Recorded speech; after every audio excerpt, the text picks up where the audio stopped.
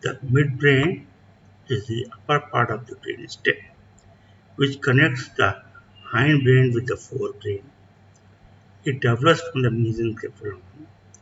It retains its cavity as aqueduct of Sylvius, which connects the cavity of diencephalon, that is the third ventricle, with the cavity of the robencephalon, that is the fourth ventricle. So that way it is a connection between the third ventricle and fourth ventricle. Here in this diagram of the sagittal section of the midbrain, you can see the superior colliculus, the inferior colliculus, the cerebral peduncle, and here you can see the cerebral aqueduct which connects the fourth ventricle with the third ventricle. This photograph is from the lateral aspect of the brainstem, which shows the thalamus, the pulvinar of the thalamus. Here you can see the superior and inferior colliculus, then the medial geniculate body and the lateral geniculate body. Here you can see the crus cerebri. This is the brachium of the superior inferior colliculus. This is the superior colliculus. This is the inferior colliculus. You can see the trochlear nerve winding from posterior to the lat- posterior surface to the lateral surface of the crus cerebri. Here you can see the middle cerebral peduncle, the superior cerebral peduncle, and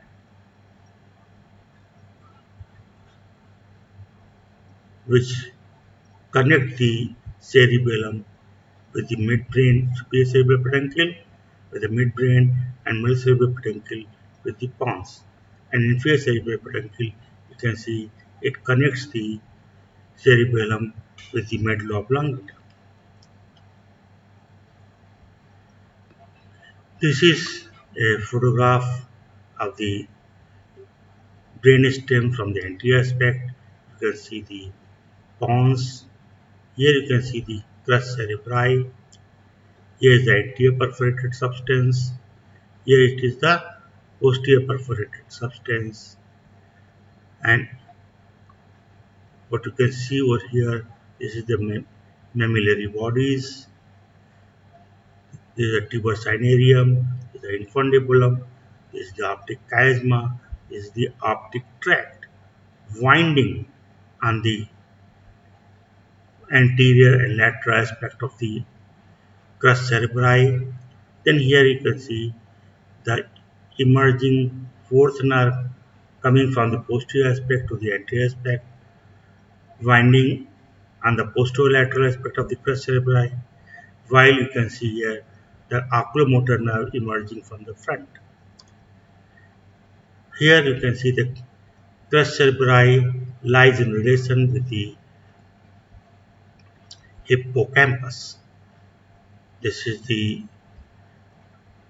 cavity of the posterior and inferior horn of the lateral ventricle.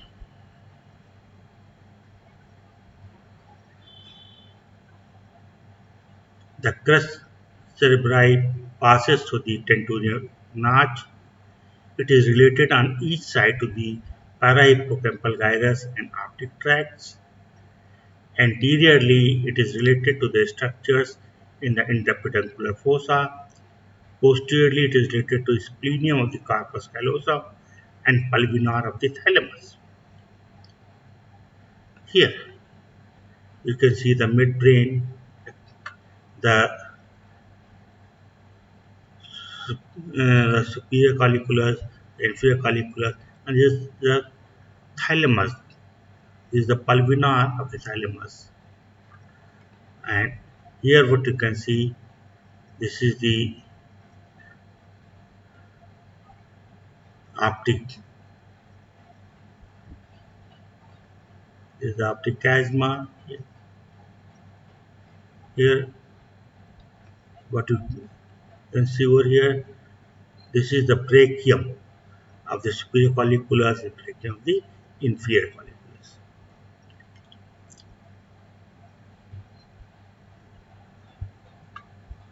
The aqueduct divides the midbrain into two parts, a posterior tectum posteriorly and cerebral peduncle anteriorly. The tectum consists of a pair of superior and a pair of inferior colliculi separated from one another by cruciform sulcus. The vertical part of the sulcus expands superiorly to form a slight depression in which lies the pineal gland. In this line diagram of the transverse section of the midbrain, you can see the cerebral aqueduct dividing the midbrain into two parts, a posterior tectum and a anterior cerebral peduncle, which is further subdivided into tegmentum, substantia nigra, and crus cerebri.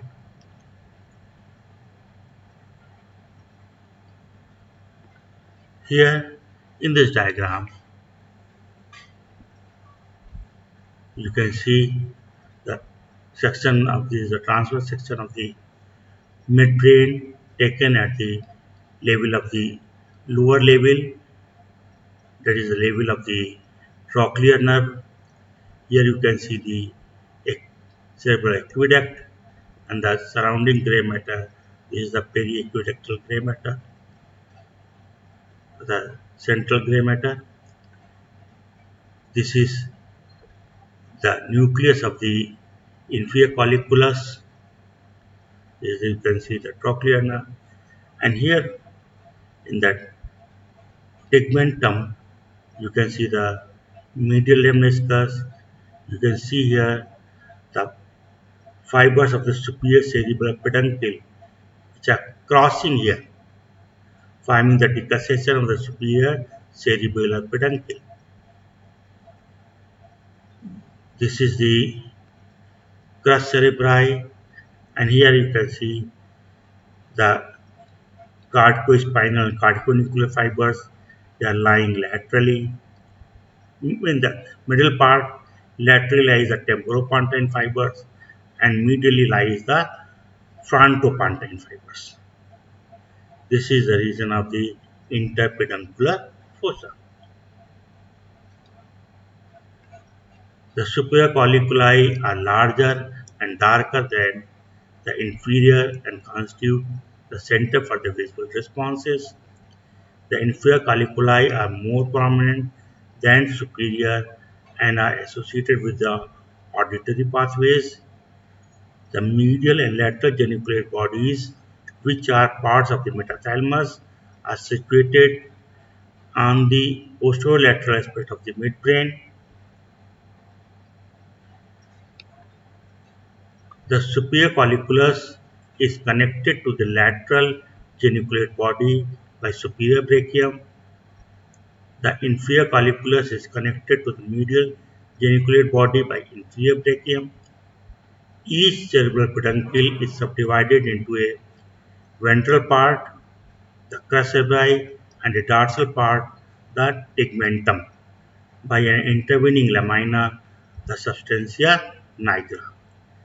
The tegmentum is traversed by cerebral aqueduct.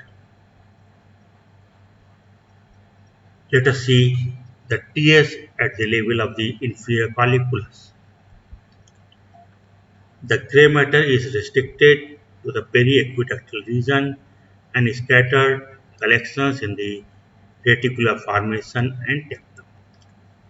The periaqueductal gray matter contains the trochlear nerve nucleus lying in the ventral region of the central gray matter, a position homologous with the abducent and hypoglossal nuclei in the lower brainstem. That is, the third nerve nucleus lies in line with the abducent and the hypoglossal nuclei.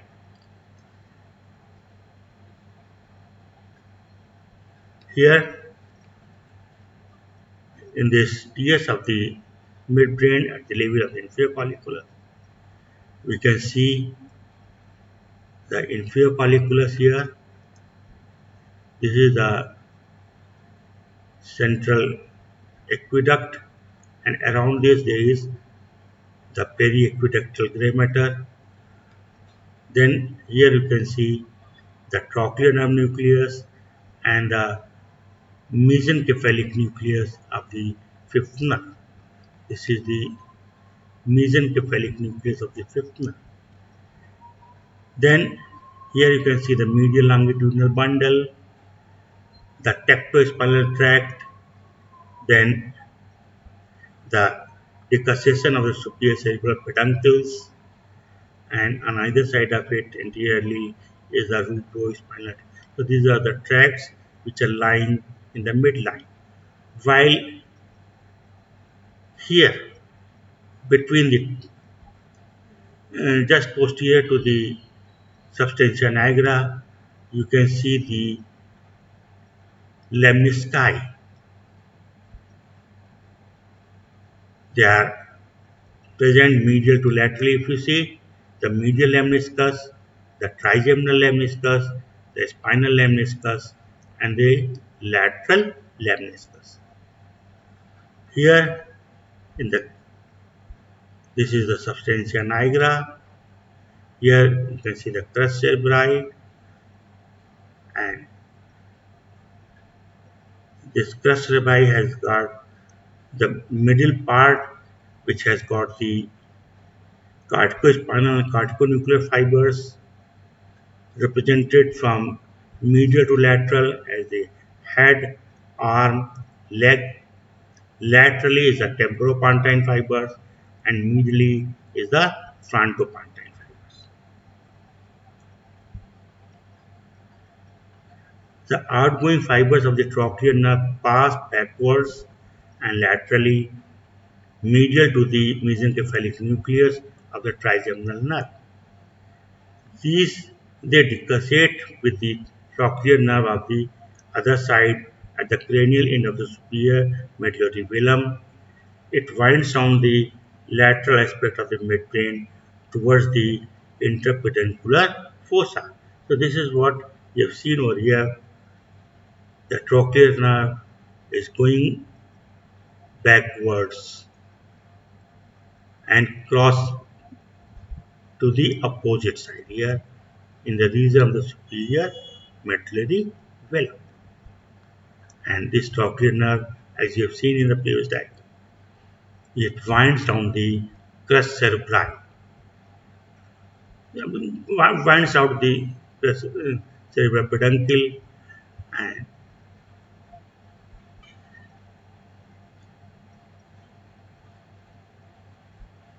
the mesencephalic nucleus of trigeminal nerve is in the lateral part of periaqueductal gray matter. It is made up of unipolar cells and receives proprioceptive impulses from muscles of the mastication and from teeth. So this mesencephalic nucleus is very important because of its connections with the proprioceptive impulses from the muscles of mastication and teeth.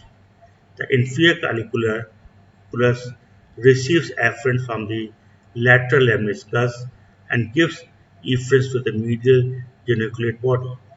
It is considered as a center for auditory reflexes and help in localizing the source of sound. The substantia nigra is a lamina of gray matter made up of deeply pigmented nerve cells. It is it receives afferent from the motor cortex and collaterals of the sensory tracts. Its efferents pass to the corpus stratum and tegmentum of the brain. The nigrostrat fibers are involved in Parkinsonism. So here in this diagram, you can see the substantia nigra. It is to and fro connected with the putamen over here, which is in itself connected, in turn connected to the globus pallidus. Globus pallidus is connected to the thalamus, and it also receives the to and fro connections from the subthalamic nucleus.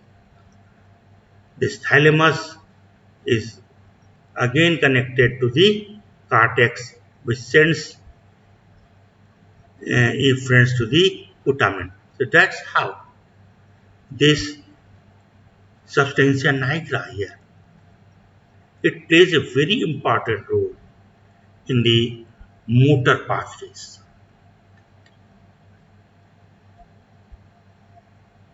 The white matter of the crus cerebri contains descending tracts. The corticospinal and corticonuclear tracts occupy the middle two-thirds.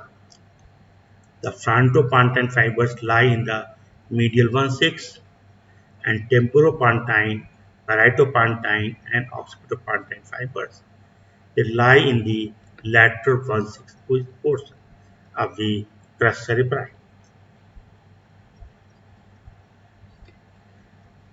The white fibers contains the ascending tracts, that is the medial, trigeminal, spinal, and lateral menisci, arranged from medial to lateral side. So they are bringing the ascending fibers from the spinal cord, from the medulla oblongata, and pons to the midbrain. The decussations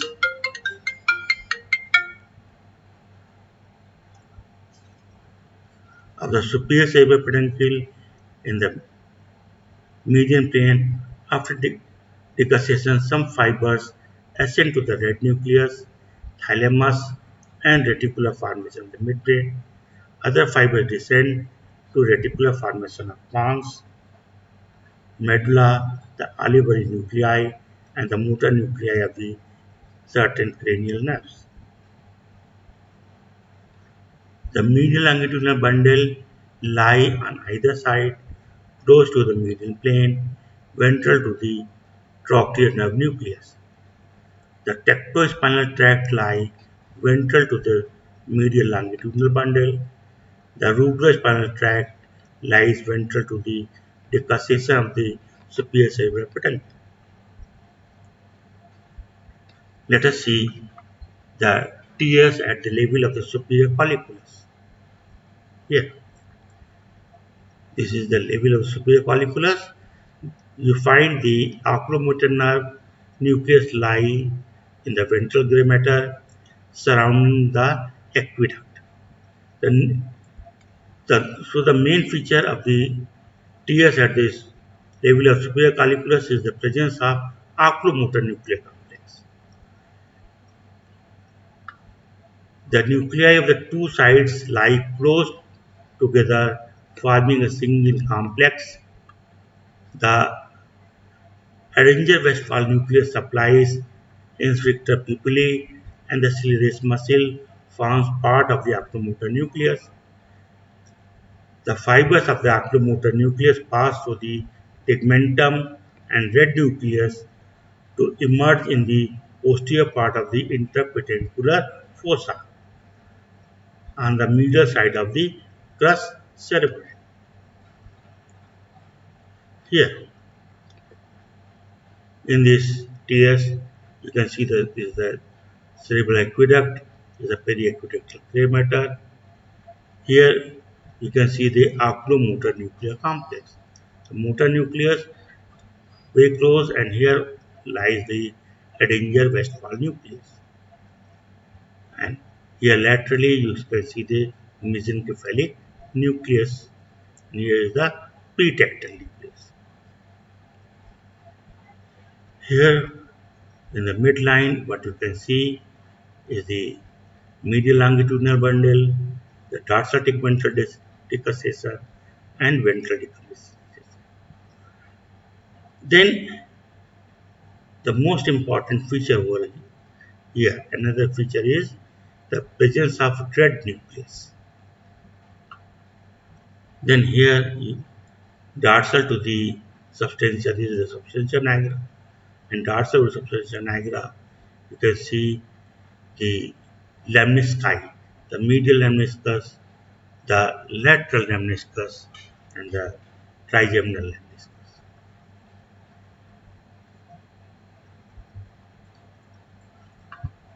The superior colliculus receives afferent from retina, that is the visual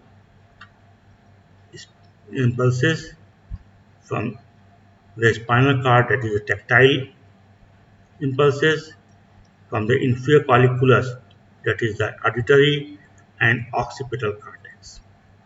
The efferents pass to the retina, spinal cord, that is the tectospinal, brainstem nuclei, and the tegmentum.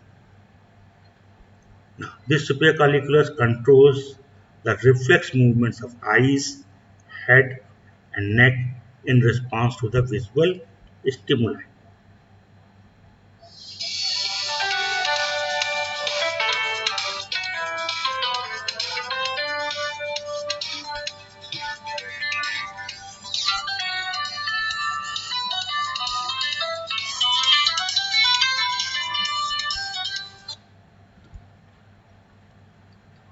Here in this diagram, you can see this is the optic chiasma. You can see the optic nerve, the optic tract.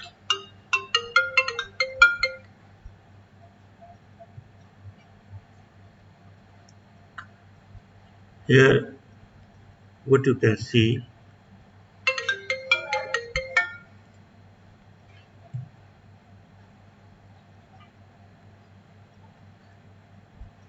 here what you can see, the connections of the superior colliculus.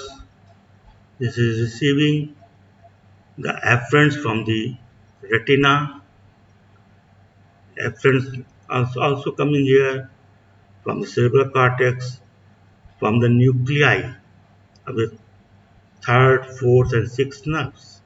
Yeah. So this integration occurs here in the superior colliculus. Pretectal nucleus. It receives afferents from the lateral root of the optic tract and occipital cortex. Efferents pass to the Edinger-Westphal nucleus of both the sides. It is an important part in the pathway of light and consensual light reflex. The red nucleus. It receives afferents from cerebral cortex and cerebellum, that is the dentate, emboliformic, and globose nuclei.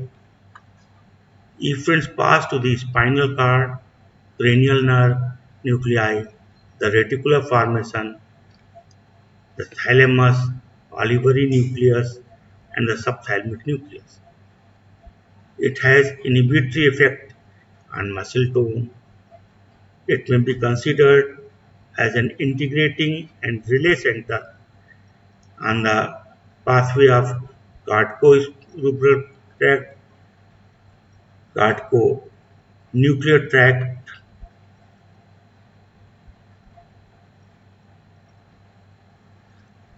So this is what you can see is the connections in this diagram. You can see the connections of the red nucleus. It is receiving afferents from the cerebral cortex, from the globus pallidus. Then it is to and fro connected here.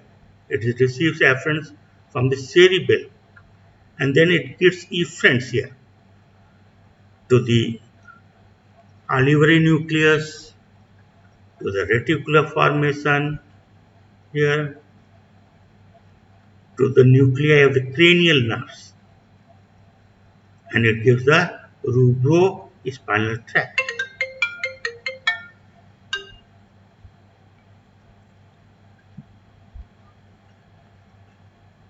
The white matter, the decussation of fibers arising from superior caliculi on either side, forming dorsal tegmental decussation. The fibers arising from red nucleus on either side decussate and form ventral tegmental decussation. The medial longitudinal bundle lies in the midline, ventral to the nucleus of oculomotor nerve. The emerging fibers are oculomotor nerve, and you see the structure of the crest cerebri and tegmentum is the same. Blood supply. The midbrain is supplied by branches from the basilar artery through its posterior cerebral and superior cerebral arteries. The direct branches are coming from the basilar artery. Then branches also come from the posterior communicating and anterior choroidal arteries. These arteries arise as a paramedian or circumferential. One of the circumferential artery is called as quadrigeminal artery as it is the main source of blood to caliculi. The veins drain into great cerebral or the basal vein. Functions of midbrain. The midbrain controls the intrinsic and extrinsic muscles of eyeball. Third and fourth cranial nerves control extrinsic muscles, while Edinger-Westphal nucleus controls intrinsic muscles. These functions may be examined by accommodation reflex, right reflex, and consensual light reflex. It controls and regulates the tone of the muscle through extrapyramidal system, and that is the substantia nigra and red nucleus. So the substantia nigra and red nucleus are very important in the management of the voluntary functions regulating the muscle tone.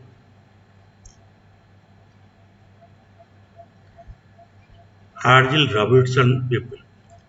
This is the condition where light reflex is lost but the accommodation reflex remains intact. This is generally a result of lesion in the vicinity of pretectal nucleus. It causes include tertiary syphilis, diabetes, and encephalitis. Then lesions of the tegmentum may involve third nerve, leading to paralysis of extraocular muscles, the sensory tracts, resulting in loss of sensations, and substantia nigra and red nucleus, leading to involuntary movements. Then Weber syndrome. Lesions in the vicinity of cerebral peduncles leads to the oculomotor paralysis on the same side but hemiplegia of the opposite side.